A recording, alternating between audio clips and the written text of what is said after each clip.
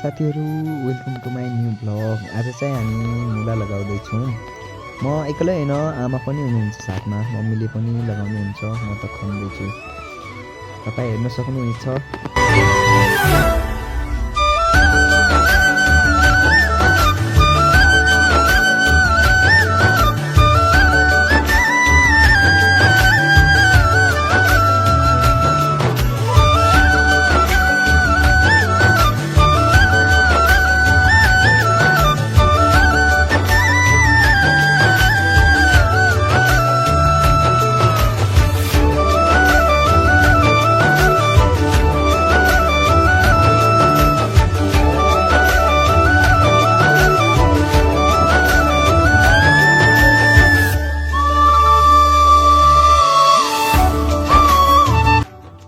हाम्रो खन्ने काम चाहिँ पुरा भइसकेको छ।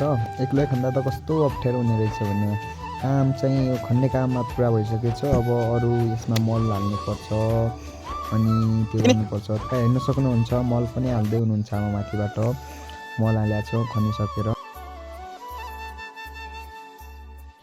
मल पनि हाम्रो त अर्ग्यानिक हो त, गाई बस्तुको। यहाँ त यस्तै मल पाइन्छ।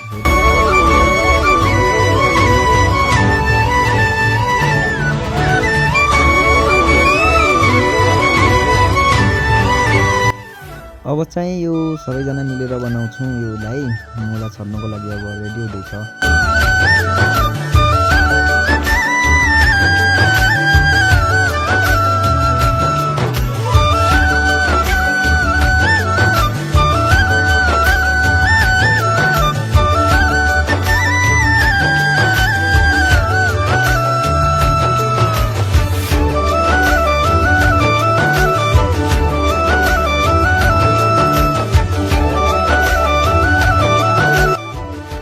तपाईँ हेर्न सक्नुहुन्छ, हामी यसरी मुला लगाउँछौँ। यस्तो यो बनाएर लगाउनुपर्छ। यहाँ यसरी लगाउँदैछौँ हामी, हेर्न सक्नुहुन्छ।